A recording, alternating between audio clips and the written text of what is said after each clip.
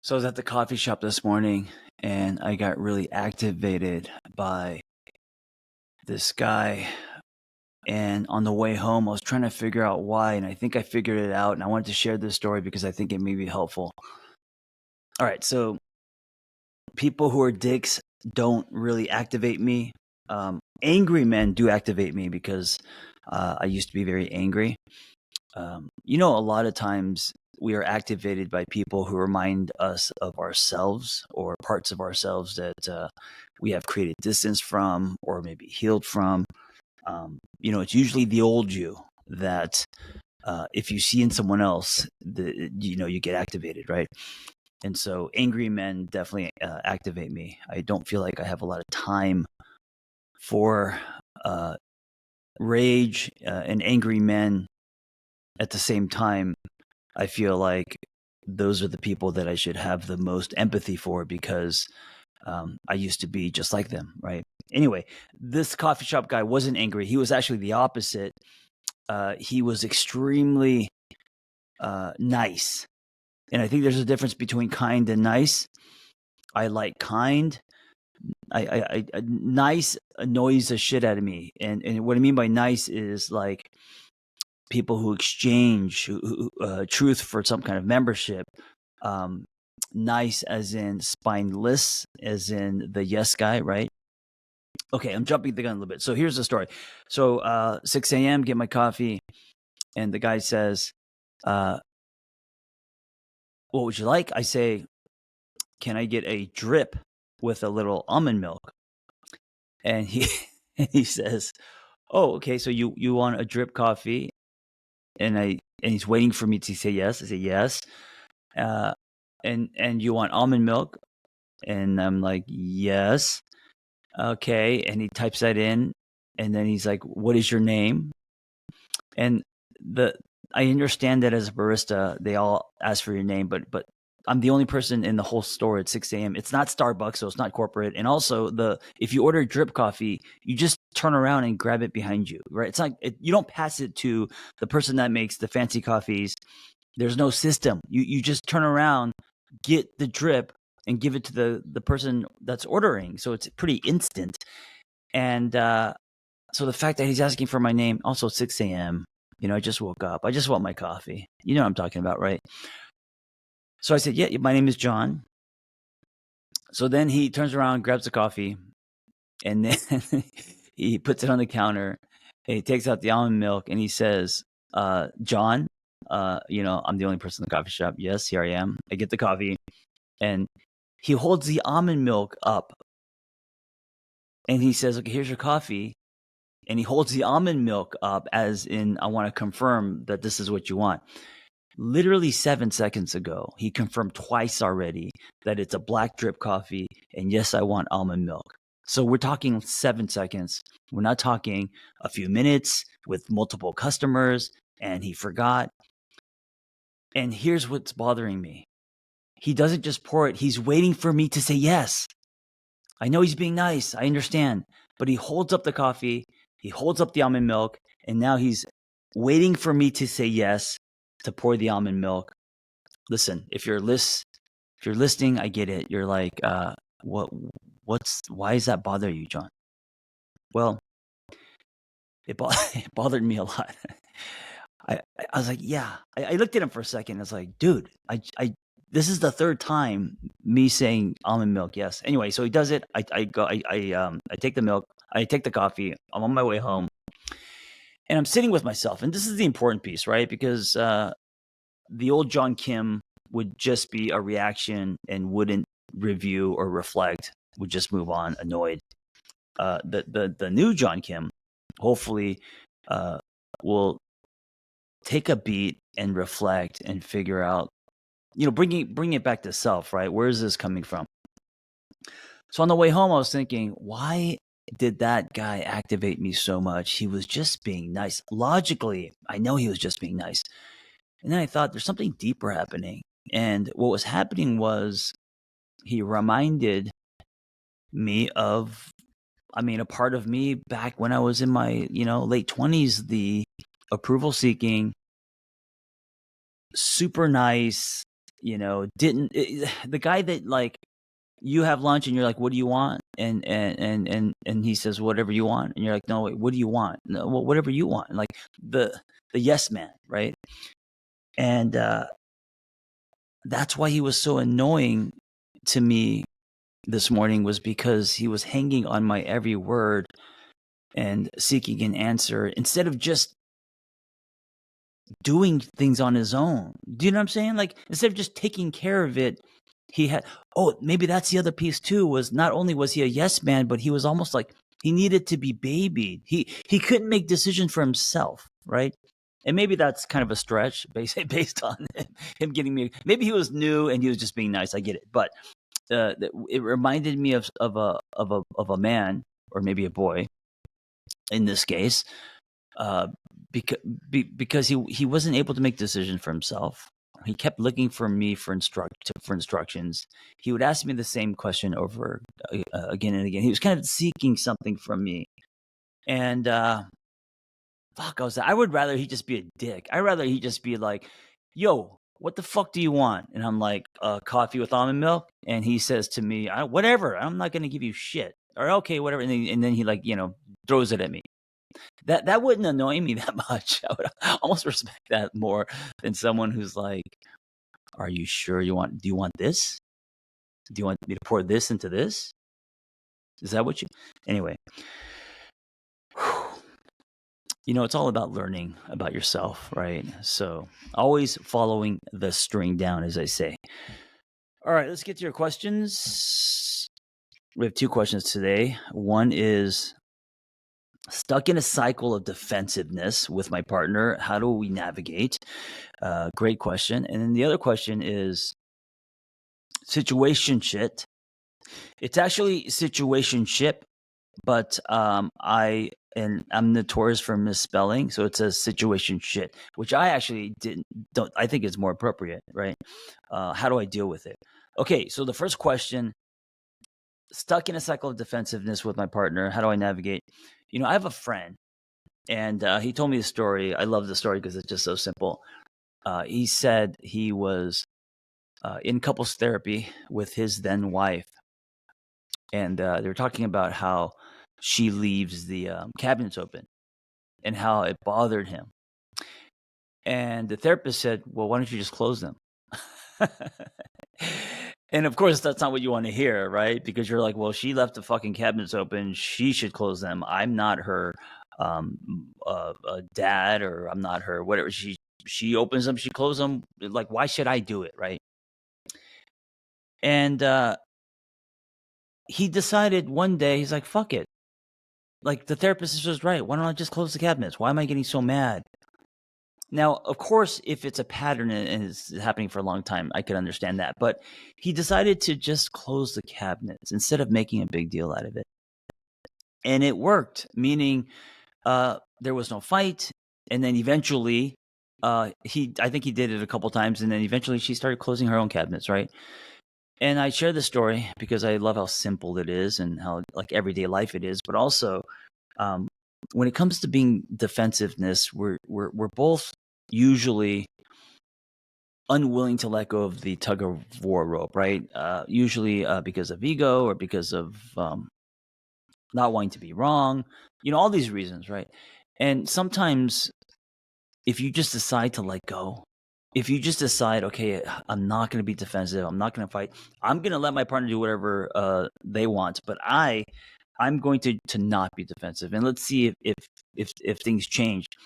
And usually it will change, because now you're not repeating the same dance, right? You're disengaging. And by disengaging, the dynamic will change.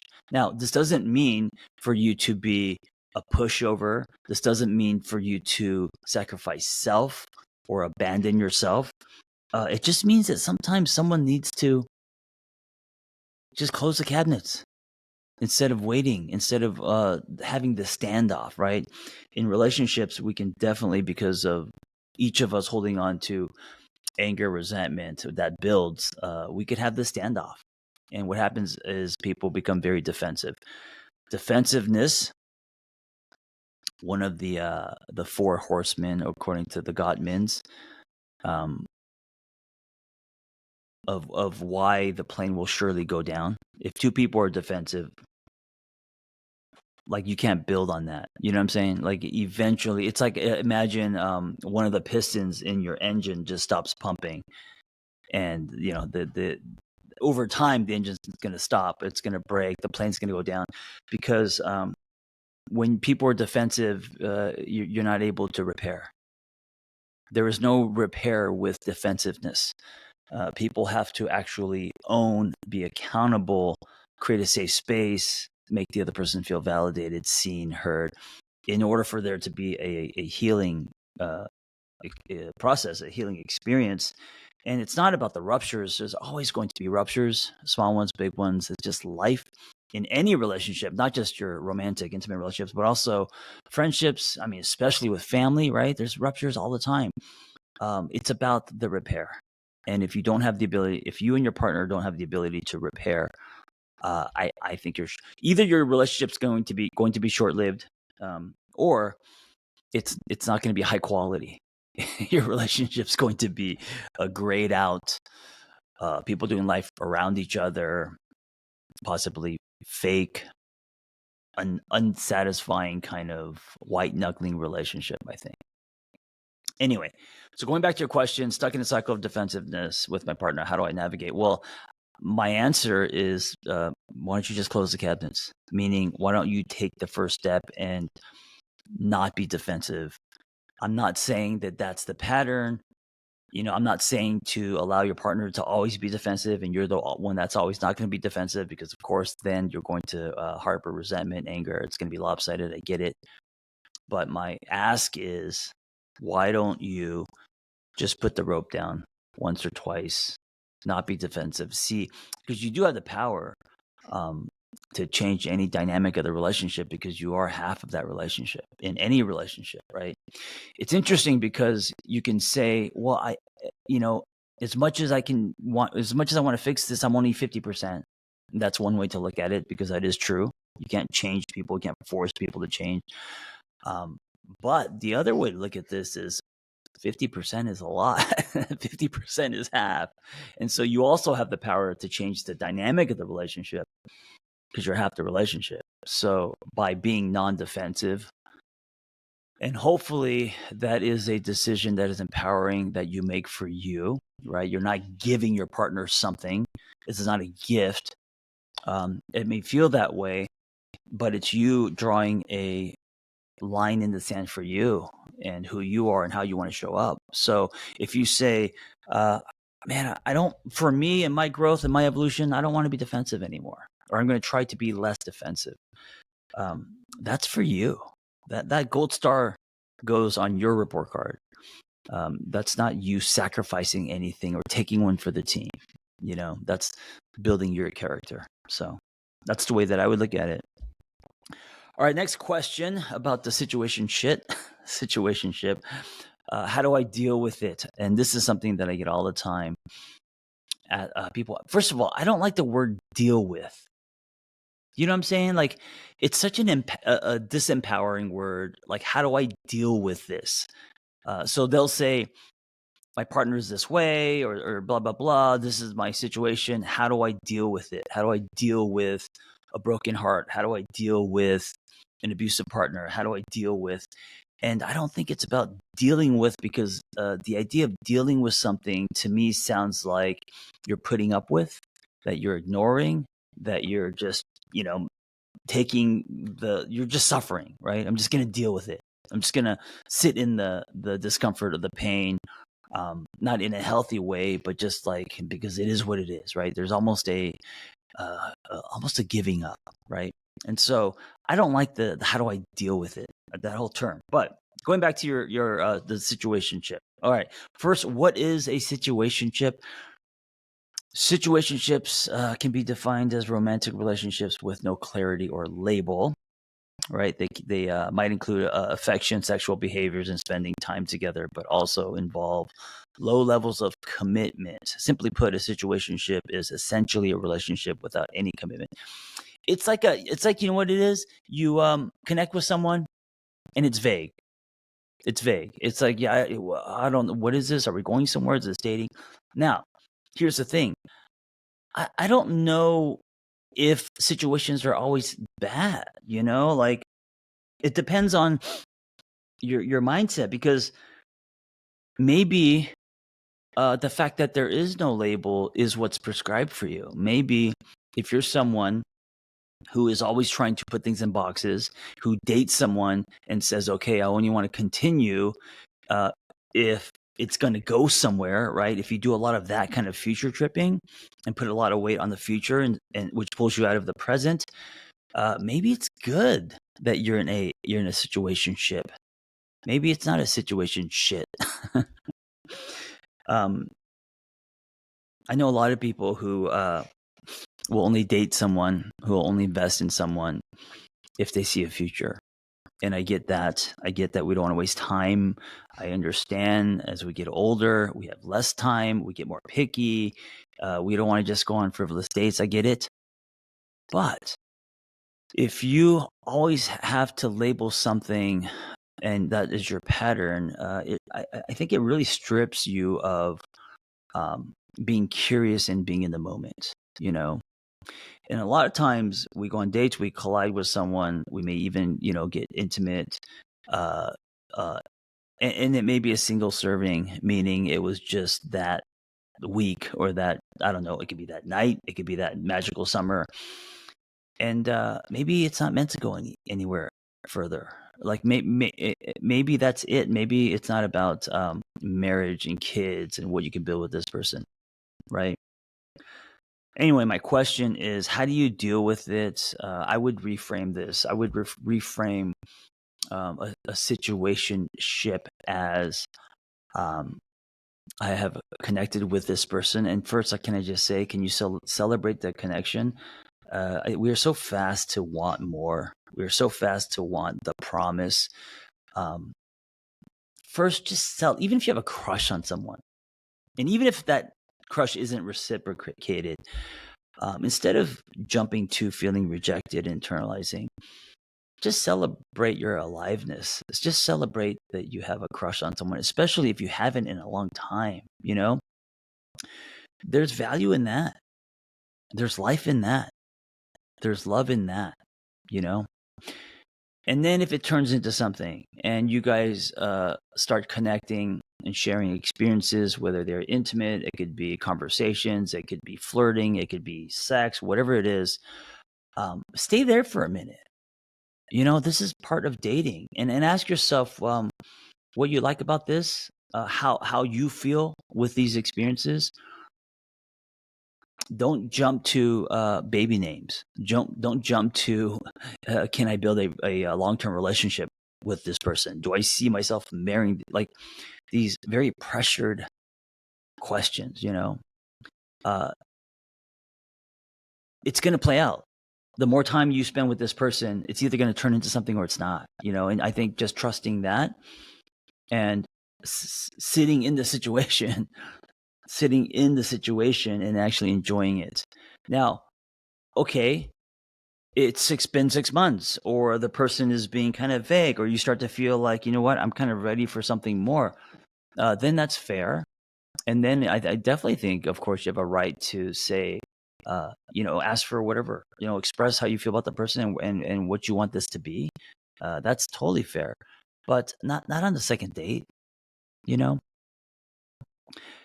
I think anything that can get you to get the power back, anything that gets you to reframe, to not have to look at things as something you're dealing with, but things that you do have a choice in, is going to get you to feel less like a victim, right?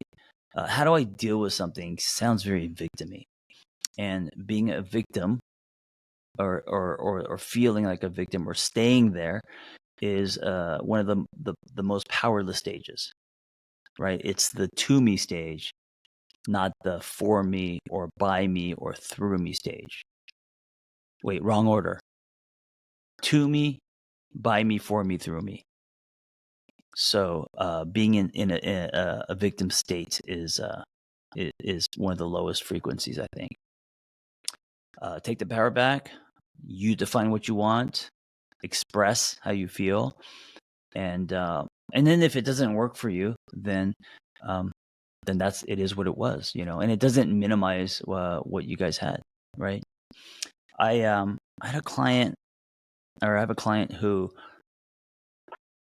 she met someone, never met, I forgot how she met, but they met and they just became like FaceTime buddies or phone buddies. Actually, not even FaceTime, just phone. So they started talking on the phone, and I think the phone is one of the most intimate ways to connect. To be honest with you, I mean, besides in person, I think the phone, having someone in your ear, like right now, how you're listening to me on this podcast, that's more intimate than I think FaceTime or seeing someone, calling via like a video chat. There's something about it reminds me of high school. Remember in high school when we used to have when our phones were just for like talking to people, and we would talk for hours. Remember when phones were connected to our walls? We'd talk for hours. We would be on the phone with someone, and we wouldn't even be talking. We would just be doing shit. Just the fact that they were on the phone next, on the other line meant something. But the conversations where you watch the sun come up with someone in high school, you know what I'm talking about? Talking to someone till 3 a.m, right? Those are very intimate. And maybe because I'm older and I was around then, maybe that's why I think phone conversations were more intimate than, FaceTime and Zoom and all that. But anyway, okay, so I digress. Digress. This client, she had a full-on relationship with someone just on the phone, and there may have been some like sexting and some flirting and some I don't know, dirty talk, stuff like that. But they never met. They never saw each other, and there was value in that. And what I loved about that, and eventually, of course, they were going to, right? I mean, that's not like a forever thing. I get it. But what I loved was they both enjoyed it. They both didn't want anything more. They both liked the fact that they were just kind of like romantic phone partners, And I just love that because it's so rare that people don't want anything more and they're okay with that for now, and with where they were at in their lives, both in transition and also long distance, this was enough. And you have to decide, because now there's also a danger in this, because if you're now falling in love with someone or filling in a lot of blanks or fantasizing about this person, if the relationship is becoming consuming and now you're dependent on this person texting you, calling you, then yeah, you got to express that. You got to be honest with yourself. But if that in your life is just what you need, a phone buddy or a phone sex buddy or whatever, great. It's okay. It doesn't have to be anything more, Anyway, hey, if anyone activates you, just a reminder to bring it back to you, like I did today, and ask yourself where that is coming from, because it's valuable information. It really is growth soil, right? And you'll probably discover that it's coming from a place that is not on the surface, but somewhere deeper. And maybe what you're seeing is a reflection of you or the old you. Thank you for listening. Be well. Oh, real quick, something I'm really excited about. I'm working on it, so it's coming out. Single on Purpose, the app. We're building it. It's coming out. I'm so excited about this. A lot of people these days hate swiping, and if you're one of them, look out for it, because I'm going to talk a lot about this app, and I'm connecting like-minded people who are working on themselves first, to be in here doing that, and also engaging with each other. This app is going to be designed in a way where if you have something in common with someone, their circle literally grows, and you could create your own community in this app So it's not just about like videos and me showing up doing lives and all that stuff, content and video courses. It's more about like-minded people engaging with each other who are single and all working on themselves first. So super excited about this, the Single on Purpose app. It'll be out, I think around 6 weeks or so. I don't know when you're gonna hear this, but just look out for it on my all my channels. Thank you for listening. Be well.